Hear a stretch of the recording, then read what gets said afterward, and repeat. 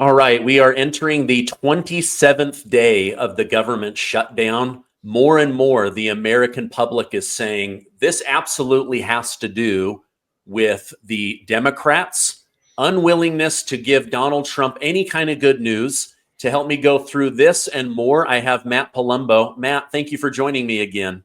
Yes, my pleasure. It's been far too long. Yeah, absolutely. Just some background for my audience. Matt is the editor of the Bongino Report. He's also an author and a great guest to go through big news stories and George Soros stuff, which we'll get into. So we're on day 27 of the Schumer shutdown. Most of America now agrees that this is the Democrats. At this point, they don't want to pass a continuing resolution, a clean bill. They're trying to make Donald Trump look bad. Mike Johnson weighed in on this. Let me show you and the audience this clip. We'll react to it together and then talk about it. What we're witnessing is truly the end of the Democratic Party as we've known it. And even some Democrats are now saying that out loud. You can see it in their interviews. I watched one last night. All this is directly related to the Democrats' shutdown show. Why? Because just like they decided to save their own skin, that they had to endorse the Marxist Mandami in an unprecedented move, they have also decided they had to shut down the government in an unprecedented move. No matter the pain it inflicts upon hardworking American people, they were simply more afraid of the Marxists in their party than they are of voters. What we're witnessing is truly the end. All right. That last line really caught me. He said, we're finding out that Democrats are more afraid of the communist, Marxist, George Soros-backed base than the majority of Democrat voters. What are your thoughts on this 27-day show, as he said, and the moderate Democrats being afraid of the Marxist Democrats? Well, I think he's wrong in characterizing the Marxists or the far left as a minority of the party, as opposed to this, silent majority within the Democratic Party. That may have been the case back in the 1990s, but the far left is the new Democratic Party, and the moderates are, the coalition partner, but they're not the party anymore. They're not in control. Mocking the death of Charlie Kirk is a mainstream thing within the Democratic Party.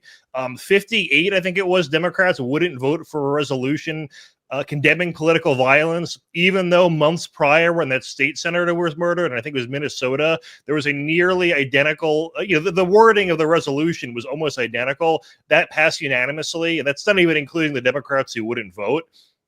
And then Hakeem Jeffries, he's their leader, just endorsed Zoran Mamdani, who is a who is a socialist who panders to Islamists, and that is what the party stands for. So, that is their party. So you can't even say it's the moderates afraid of them. They're all just that at this point. And even John Fetterman, who is the reasonable one, I think he voted with Biden 96% of the time was the statistic. So he's very rhetorically makes a lot of sense. And on the shutdown, he has made a lot of sense and has been one of the sane voices. And he gave up what the real game was, which was, these Obamacare subsidies. They were written by Democrats without the support of a single Republican to expire at the end of this year.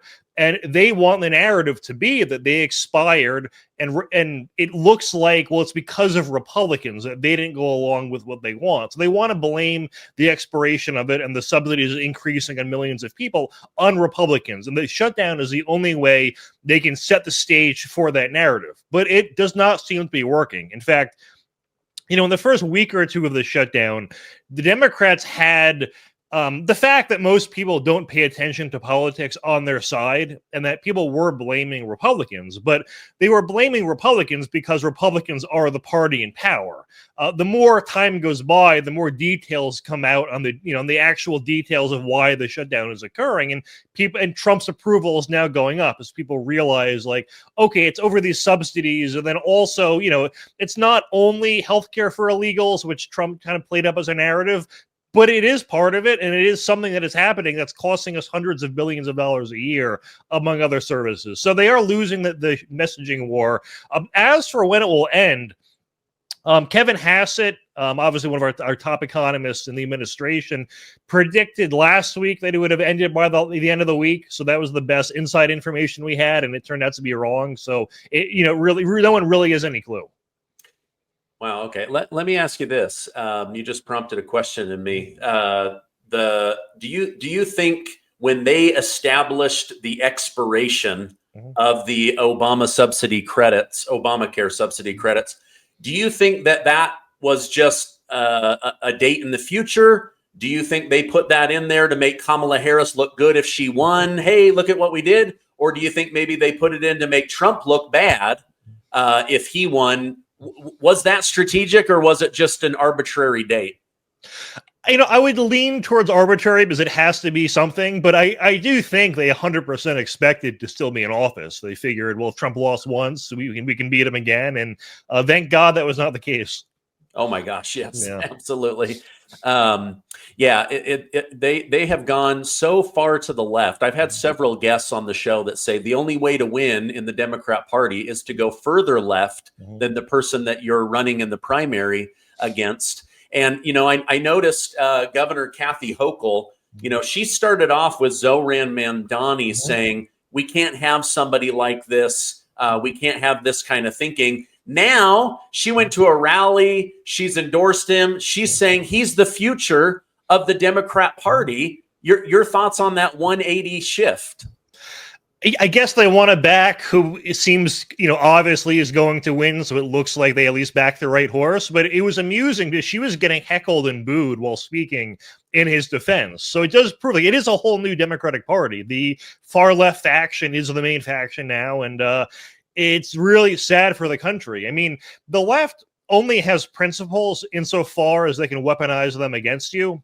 And the latest reminder of this was the guy in Maine who no one had even heard of a week ago, the Maine Democrat Senate, is going to compete in the primary. Plattner has a Nazi Totenkopf tattoo on him, which he said he got drunkenly in Croatia, which, I mean, I guess if you have an excuse for a Nazi tattoo, that is sort of plausible. But the point being that, it's a disqualifying tattoo to have. And the left has been saying for the past 10 years, punch Nazis. If someone's a Nazi, there's nothing wrong you can do to them. And then the second it's on their side, it's like, well, it was, he's learned from his past. It was a mistake. We all make mistakes. Like, no one really believes anything on the left. They just pretend to weaponize it against you. And it's a reminder, like, always be on offense against these people. If you're on defense, you're losing. Yeah, I would think if you could drunkenly get a Nazi tattoo, you could soberly get one removed. But Correct. What do I know? I'm just a guy on the internet. His excuse was he didn't know what it was. And I'm like, well, that's also a little disqualifying. That it's pretty easy. It's the death head tattoo. Like, it's anyone with an 8th grade understanding of World War II or above would be able to recognize it. So it just, either way, it does not look great. Yeah. Yeah. Now, Democrats have no plan for reopening. They don't even have a timeline. Listen to what was shared by Steve Scalise earlier today. Senator Gallego went on to meet the press. And he was asked when Democrats would reopen the government. And he said, quote, "I'm not looking at a timetable. I'm looking at everyone's personal pocketbooks." Now, Senator Gallego, you ought to be looking at the pocketbooks of those single moms who right now are facing losing their WIC payments, facing losing their SNAP payments. And if Senator Gallego's not sure how many people that is, we've been told by the administration how many people will stand to lose real benefits, SNAP benefits, food stamps for kids. 42 million people will lose those benefits in just a few days. Senator Gallego, look at their pocketbooks. I find it rich. They say that there's no timeline, that they're just looking out for people's personal pocketbook, but they're still getting paid. Yes. It's they're leveraging everyone else's suffering or fear or wallet in order to stick it to Donald Trump. Your thoughts on that? Well, they even would vote down standalone bills just to fund members of the military, which is generally something you do. I mean, Timothy Mellon had to pay them out of pocket. And then Politico ran a hit piece on him, like, I guess that he made insensitive comments about black people or illegal aliens in the past. And I'm like, this is where we're at, where the guy who just paid $130 million of his own money because Democrats won't authorize their pay.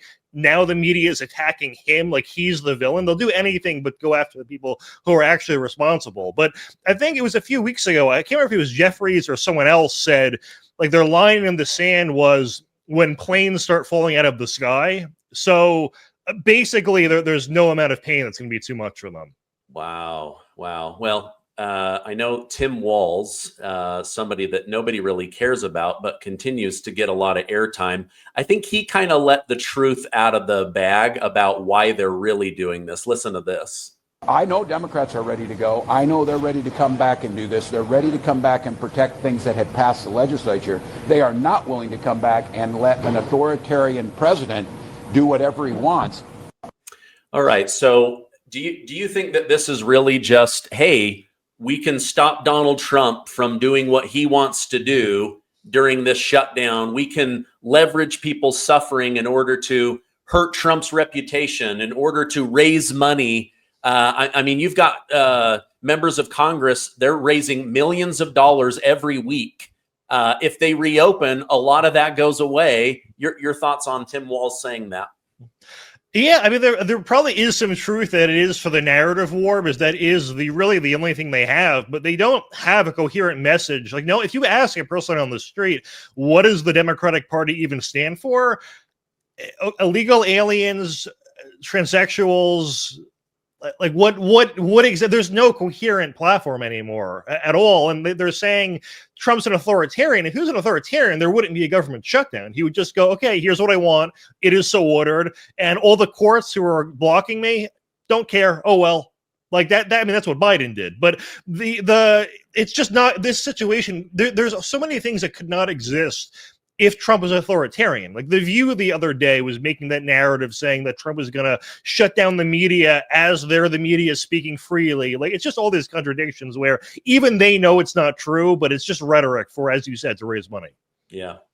Let me switch gears with you. You're basically an expert on George Soros. I've been putting out a lot of content on him. I just had Sam Antar on. He said he's been digging into Alex and George Soros' personal tax returns. He believes he's discovered enough fraud to put them in jail for the rest of their life, just like the government did with Al Capone. But what was your reaction when you saw President Trump announce that the FBI and the US Treasury were going to be going through the money trail of Antifa and George Soros to see how they are undermining America? Well, I think it's long overdue, obviously, and it makes you wonder, too, why did it take so long for this to happen? You'd think, like, all right, we have crimes, we have people burning down cities. I mean, pretty much literally, how is this not being looked into? What if you could delay your next 2 mortgage payments? That's right. Imagine putting those 2 payments in your pocket and finally getting a little breathing room. It's possible when you call American Financing today. If you're feeling stretched by everyday expenses, groceries, gas, bills piling up, you're not alone. Most Americans are putting these expenses on a credit card, and there doesn't seem to be a way out. American Financing can show you how to use your home's equity to pay off your debt. You need to call American Financing today before you get to a point where you can't make these payments. Their salary-based mortgage consultants are helping homeowners just like you restructure their loans and consolidate debt, all without upfront fees. And their customers are saving on average $800 a month. That's like a $10,000 a year raise by being smarter with your money. It's fast, it's simple, and it could save your budget this summer. Call now before it's late at 888-686-8030. That's 888-686-8030, or visit americanfinancing.net/Gardner. I would assume some people on both sides have benefited from the money, although it's probably 99% on the left. I think it's very interesting that he got the tax returns. I wish I had possession of those myself to look through. I'll have to watch the interview. I was inspired. Actually, I'll hold up the new book, The Heir, by Alex Soros. I spent far too many hours writing that, but I think people will find it very useful. And it was, I think, the last or second to last chapter. I went through a lot of the major grants they had made available that were for $500,000 or more in the U.S. I tried to, keep it relevant to U.S. politics there. But I just thought, why don't I go through every group and just see what stands out? And this is sort of more in that Al Capone territory where I feel like there's just something got to be off, and I can't prove it, but the IRS would do a much better, thorough job than me. They can subpoena far more records, but just groups that he'll give like $10 million to, and their website is like a single paragraph of text that looks like it's AI written, a donate button, and then their headquarters is a PO box. Or it'll be, they're getting millions of dollars, but their office is in some like rundown neighborhood where you can get a 6-bedroom house for $150,000. Where it's like, okay, so you're getting that kind of money. Why are you headquartered there? Where the social media is inactive. There's no news articles about them. There's just nothing to indicate they're real groups. And then I went through any financials of theirs I could get, and there was one I think he gave $12 million to. Their annual computers and internet expense was zero. Their office expense was $104 a year. All their officers were reporting working 1 hour a week. And I'm just thinking, what is this group? There's a story here that will make this all make sense, but just everything we know does not make sense. So there was a half dozen or so groups that were in that category of, they just looked like shell groups. There were front groups, but I have no idea what. And I think there'd be something worth going through there. But then the other big thing, this would tie into the RICO investigation that Trump wants to do or has threatened. They do layer money through groups where they'll fund a group that funds a group that funds a group, and then that money ends up in the hands of a violent group, and they can try to claim plausible deniability because it wasn't directly their money. They've even done this with some of the rogue DAs, where when George funded Alvin Bragg, he gave, I think it was $500,000 or $750,000 to a PAC for Alvin Bragg. That next day, the PAC gave the identical amount of money to Alvin Bragg's campaign. And then they claim, well, we didn't fund him. We funded a PAC. It's like, well, it's literally, we can watch your money in real time over 24 hours move into his pockets. And even then they deny it. So the layering it by more just gives a greater degree of separation. But in the process of investigating that, we're also going to learn a lot about every layer in those transactions and what they're up to. And it's going to expose a far greater web than we think, because the Democratic Party as a whole is very defensive of the Antifa types, these far left groups. There's no right wing equivalent of it. No one is rushing to the defense of Patriot Front or Oath Keepers or a lot of these other groups that have been accused of sort of having a lot of federal informants anyway. But whether or not they're legit far-right groups or not, no one on the right is protective of them. But on the left, even mainstream Democrats will try to excuse Antifa. And it makes you think they're got to be benefiting from it somehow or be involved somehow. Yeah. That reminds me of that meme where you have a superhero. There's 2 red buttons in front of them. Oh, do I save Antifa or illegal immigrants? Just sweating bullets. Possible. Too bad one of the options isn't just do what's right for the American people and your own voting base. Let me show you a clip from Governor Ron DeSantis, and I want to get your thoughts on this because I'm kind of wondering if every Republican governor should just be following suit with what he did here. Let me show you this. We've beat the left and we beat people like George Soros on crime. You have in this country these prosecutors that are funded by Soros and other organs of the left, and they get in and they have an agenda to simply not prosecute criminals. We see it in Philadelphia with this guy Krasner has been a total disaster and has harmed a lot of people because of the dereliction of duty. Well, we have had 2 Soros prosecutors in Florida, one in Tampa and one in Orlando, and I removed both of them from their posts. And I'm the only governor in the country to do that.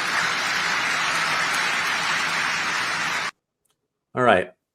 I just wonder if that isn't maybe a good blueprint, because when you start digging into the Soros money, you realize the majority of people that were unleashed to try to jail Donald Trump, backed by George Soros. Most of the riots that have happened, backed by George Soros.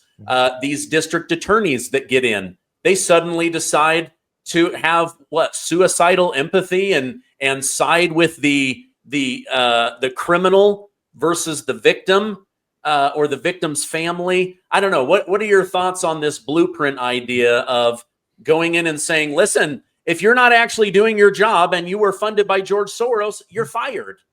Yeah, a wise man once observed, you can just do things. And that's what Trump has been doing. And we were told, you can't fire government employees. You can't deport millions of people. You can't do X, Y, and Z. And it turns out no one had just tried. We just believed the rhetoric for some reason. But it's the same thing here. There are a lot of Soros DAs in red states where they are elected in purple or blue cities, and therefore, greatly reduce the severity of any tough on crime laws a red state might have, or render them useless, in fact. So if the laws allow it, every single red state governor should be doing that and putting pressure to remove them by any other means as well. It's, when you're a prosecutor, your mandate is to prosecute in defense of the citizens, not in defense of the criminals. And if you look at the way these prosecutors talk about cases, they're both the prosecution and the defense attorneys at once for the people they're prosecuting. There's nothing else like it. They one of the ones that Alex Soros had funded was Mary Mariah Tree, and there was a Tim Walz employee who was keying and vandalizing Tesla vehicles. He did like 25,000+ in damage. I think the cutoff to be charged was like $1,000. So obviously he's a multiple of that. He, does not get charged with anything. And she says, I think it was a Wednesday, she announces, he's going to do a diversion program, no charges. It's just not something we want to do for this kind of crime. 2 days prior, there was a woman who got in an argument with someone she knew at Waffle House and keyed their car. She got charged. And it was like $2,000 of damage outside of a Waffle House, but it was not politically motivated. So it's the term I heard, and I somehow didn't know this term until recently, is anarcho-tyranny, when the law doesn't apply to criminals and only applies to people that are, basically normal or otherwise law-abiding. Someone like Daniel Penny, where it was a self-defense situation, normal guy, law gets thrown at him. Around the time that happened, there was a bodega owner. He was an immigrant. Stabbed the guy in self-defense who was assaulting him. There is pressure against him to drop charges against him. Alvin Bragg dropped the charges, and it's largely just because he was on the sort of progressive stack, as they call it. He was he was in the intersectional hierarchy simply because he was a minority. It looks bad if you're a liberal and you're charging someone, or as an immigrant, there's boxes being checked so they don't face consequences. And obviously he shouldn't have, just as Daniel Penny shouldn't have, but the application of the law is more important than what the laws are themselves. Another case with the Soros DA was one where I think it was Deanna Becton in California, where she had legalized vandalism and graffiti. So if you want to go tag a gang sign, totally legal. Not long after legalizing vandalism, a white couple vandalized a Black Lives Matter billboard. They got criminally charged with that for it was vandalism, hate crime, blah, blah, blah. So it's not even the laws, it's how they get enforced, and the question of who are we enforcing them against. And the left has certain segments of society that are above the law, and then some that are deserving to have the book thrown at them. So even the soft on crime prosecutors, who generally won't prosecute, who will let you walk into a store and steal and walk out, there are people that they will prosecute, but it's anyone that is sort of right-wing coded in any degree. Yeah. Wow. Yeah, rules for thee, but not for me. It's like this Jay Jones that's running for attorney general in Virginia, right? Everyone's down on him for wishing his political opponent could die and that his children would suffer from watching it and that they would also go through horrible pain.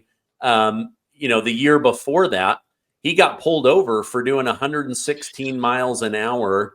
And he did not end up getting like a major problem. They said, well, we'll give you 1,000 hours of community service and you can do 500 of them in your own political campaign. Since you're you want to be a public servant. It's like, what a deal. Oh my gosh. So just showing up to work was him paying penance for the sins of his past, so his approval among Democrats went up by double digits. Like a larger percentage of Democrats thought more highly of him than less highly or lesser of him after that scandal. So tying into my earlier point about how the radicals are the party, like that on net balance among Democrats has actually helped him, as disgusting and horrible as it is to believe. It's almost like they saw that and they're like, oh, good. Somebody that thinks like us. Yep. Like, that's gross. That's very, very strange. Let me ask you this. I read this, that George Soros has pumped $32 billion into influencing elections, social change, and riots. Do you know, is that in the United States or is that internationally? So that's his own money that he has put into the Open Society foundations. Now, they raise money from other people as well. So that doesn't mean that they're like, that 32 million is just what he's put in. So it's been many, many billions from other groups. And his foundation, the endowment is invested. So if he puts in 32 billion and that's earning 5 to 10% a year, obviously the amount of total capital they can deploy is going up every single year. Like he's a genius with finance. So he has structured it in a way where the endowment is always growing. So currently, I believe it's around 25 billion or so they have on hand. It doesn't mean he's only spent 7 billion. It just means that's what they have left after everything they've spent and then had growth on the money they've put in and all of that. And the thing that's most frustrating, because obviously the Soros types are always talking about tax loopholes on the rich. He moved the money from his hedge fund, Soros Fund Management. So when he moved that money, it was a write-off for him because it's a charitable donation. And when you gift stock to a charitable organization, suppose, I buy it for $1,000, it's worth $10,000. It's a capital gain of $9,000. But if I give that $10,000 of stock to a charitable group and they sell it for the $10,000, there's no tax. So it negates all the accumulated capital gains and then give him a write-off on it. So it was the biggest single tax write-off ever generated in U.S. history, and it was by George Soros moving money from one pocket to the other. Wow, what a generous guy. That reminds me of Bill Gates. Bill Gates is the single biggest philanthropist in world history. He gave the money to himself. Yeah, big asterisk, huh? And the philanthropy, it's not like, oh, we're going to go, like there's, philanthropy where it's let's go build a well to help someone. And then there's their philanthropy, which is like, let's go destabilize a nation for no reason whatsoever. And that gets classified as, charity for some reason. Yeah. Weird. Okay, so you wrote a book about George Soros. It did very well. Now you've got one out about the son, Alex, the heir. Is this guy going to end up being worse than his father because he's been fed with a silver spoon? Doesn't seem to want people to get ahead. Certainly has a vendetta against Western values, white people. As you research, what are your thoughts on Alex Soros and his future? Well, we are blessed in that he's not really a compelling figure. He's a pretty horrible public speaker. I mean, I get we could all probably use work on it, but he is one of the worst I've ever said it. And I'm not just saying that because I don't like the guy. He is legitimately a terrible public speaker, which works in our favor in that he's not going to be really able to directly influence people as an ideologue or anything, but he still has $25+ billion to work with, and he has all of his father's contacts preloaded. Like, he just inherited the Rolodex. He didn't have to spend his entire life acquiring it. So he is, already at the head of the parade. It can now continue it. It's not like he has to work for 20 or 30 years to make those contacts and then deploy it. He knows everyone in the party. And unlike his father, you can just go to his social media and it's like he's bragging to us directly about everyone he knows, and that it's every Democrat you could imagine, every world leader. I have a list in the book, and it's like every head of state you could possibly imagine he's been pictured with and knows, and even some that are center right. On the European spectrum, at least. So a lot of influence there. So he is, if he wants to be worse than his father, he could do it pretty easily. He tries to portray a more moderate version of himself. But when I go through the groups that he's continued funding or is funding, there's no evidence of that whatsoever. So, he'll say that he's more pro-free speech and thinks the left has gone too far on cancel culture and stuff. But there's not a single right-wing group he's funding or centrist group to advance that cause he claims he supports. It's still everything in the opposite direction. So, okay. Yeah. As you were researching and writing the book, what was there anything that particularly jumped out at you? Well, in researching the DAs, one of the craziest stories was he ran a district attorney in Harris County to primary a George Soros funded DA. So he didn't think the George Soros funded DA was left wing enough. So he funded. So there was a Soros DA took down a Soros DA who then went on to win the general and win the election. So that was the craziest story where I was like, wait, what? I assumed he probably continued the DAs. And then literally the first example I found, I'm like, wait, I swear to God, the woman he's running against, I just wrote about her in the last book, and it was her. So it was the craziest thing I found. Well, that goes to what I said earlier. The only way the left can win is to go further to the left. So he needed somebody further to the left. Matt, thank you for coming on. I'm going to put a direct link to the air so that people can find that, learn more about George Soros, this Alex Soros that's taking over this $25 billion charitable fund. To do so much good in the world and right here in the United States of America. If people want to follow you online, where can I point them? So I'm really just on X or Twitter. It's Matt Palumbo 12. I say it's the best Twitter account that gets no interaction whatsoever. Okay. Well, I'll put that and a direct link to the book. Thanks for coming on. I hope you have a great rest of your day. Oh, it was my pleasure. Thank you.